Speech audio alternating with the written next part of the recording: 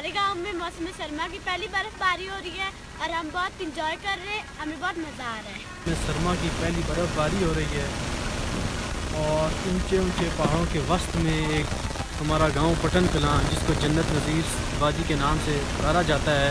पहली बर्फबारी हो रही है, हम इंजॉय कर रहे हैं, हमें बहुत मज़ा आ रहा है। हमारे गाँव में मतलब बर्फबारी हो रही है।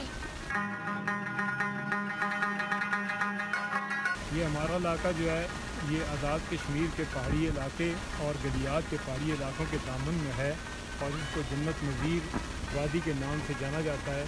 अल्हम्दुलिल्लाह अल्हम्दुलिल्लाह यहाँ कोई भी अगर बंदा आ जाए तो यहाँ का होके रह जाता है। यहाँ प्यार करने वाले लोग मौजूद हैं।